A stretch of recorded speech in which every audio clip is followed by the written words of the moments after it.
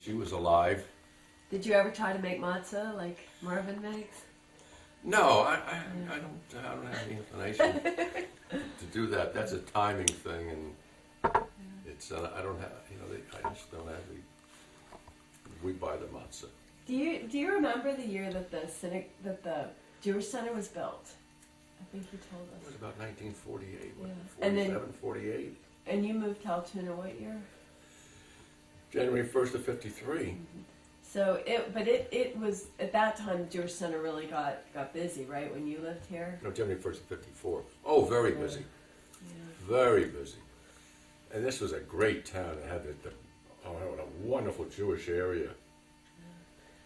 The Jewish youth groups that were involved, and they used the center back then, right? The Jewish youth groups. Oh, yeah. Do you remember what they were called? BBYO? And AZA. Was AZA here? Yeah. Well, it was just, they called it BBYO. I think they were all combined together. Can you tell us? Leslie was very active in it. Can you tell us a little bit about what Mitzi does for the community with the Golden Books and how long she's been doing it? Or can Mitzi tell us? Well, Mitzi will tell us. Tell us about the Golden Books and how it got started and Oh, well, that I don't how know. did you get the job for life? That's what I want to know. It was here long before I was.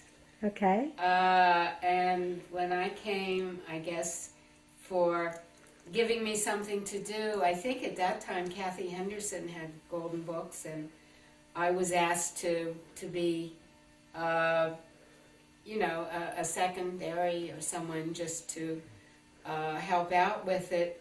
And the next thing I knew, it was mine. I think Kathy went on to another activity in the synagogue, and I took over Golden Books. And I guess for a long time, my co-worker was Jerry Anicle, and she was with me up until the time she passed away.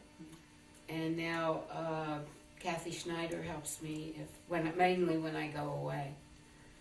She's a contact that people can call to find that here. Ginger, I don't know if you're aware of this, but in the small chapel, all the refurbishment was done from the funds of the Golden Book. The carpet, the pews, the cushions, everything was done from what she does in Golden Books.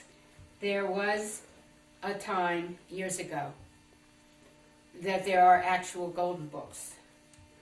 I have the last Golden Book. It kind of got used up as far as the memorials and the honorariums. The pages were used up, and we couldn't find another Golden Book. We don't know where the original ones were bought from. Nobody seems to know. I think things were they tried to find places that we might get them. I even went to a place in Woodbury, a bookbinding place, but to get it done there, the price was really out of sight. But we don't know where the Golden Books came from. I think there are about 5 or 6.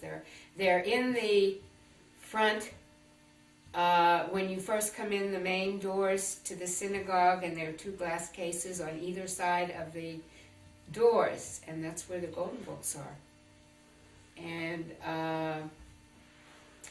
nobody was able to get any more. So as far as inscribing names in a Golden Book, that kind of had to stop because we didn't have a place to put them. We didn't have a book to put them in. It's funny, I've had people in the community call me and say, I've been inscribed in your Golden Book. What are you doing to me? And what am I inscribed in? And it's really funny because we all know what it is, but the outside community doesn't. Now, this Ginger, is ask Mitzi basically what a it is. charitable. Yeah. Go ahead. I'm still not understanding what is a golden book.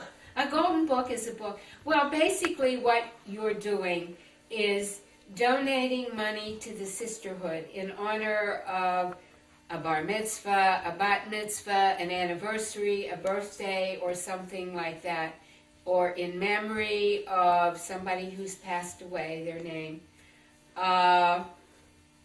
And you donate the money to the sisterhood, and the sisterhood uses the money to do something in the synagogue that needs to be done, like as Madeline said, refurbishing the different rooms and all. And it's basically, could almost call it a charity. It's donating money in honor or in memory of something or someone, and the money is used for a good cause. And there's a certificate that the people get. Yeah, as well. and I Yeah. send a certificate, or a certificate is sent to the person involved, saying that money or that a donation has been made, or that their name has been inscribed in the Golden Book. And I don't know whether we should do something else because there is no longer a Golden Book, but it sounds nice. But then I had a time when someone came and wanted to see the name inscribed, and it wasn't there. It was a little. Actually, that was before my time that it was done, and the name just didn't get in, and it was a non-Jewish person. And I put it in because at that time there was still room, but if someone did that now, it would be a little bit hairy. About what do you do?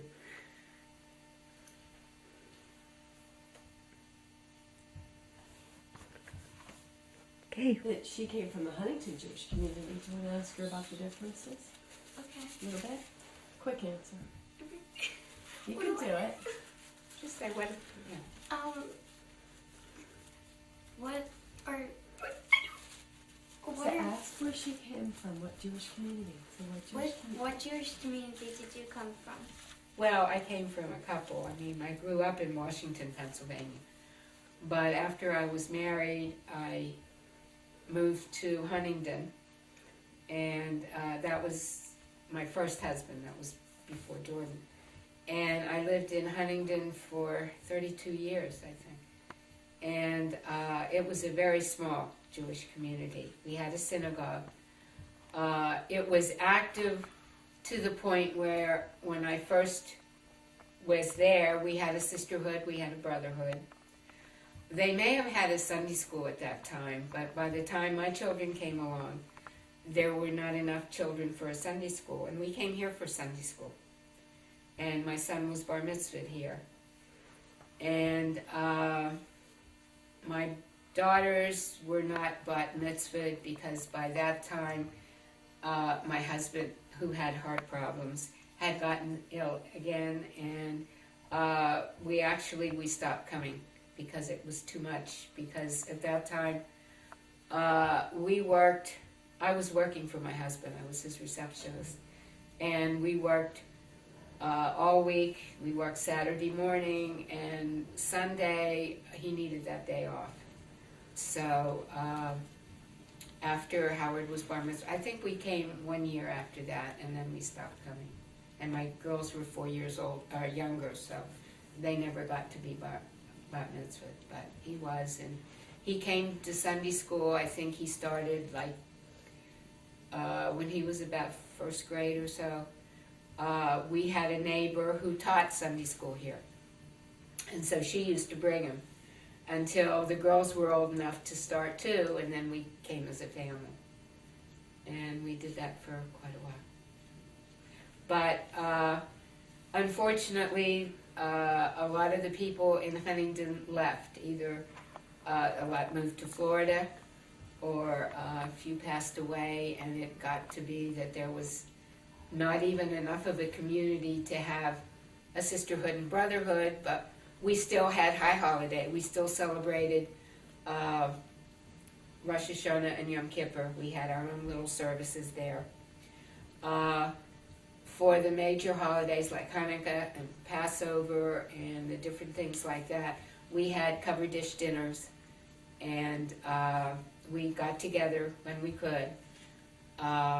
That's how I met Jordan. We had a cover dish dinner for Hanukkah, and he was brought. Mm-hmm. And you had your famous raspberry jello. Yes, and I think now they are still trying to keep it going in Huntington, but I think a lot of the people that are there now come from State College, people who are unhappy with the synagogue or whatever they have in State College, and so they have been using the synagogue in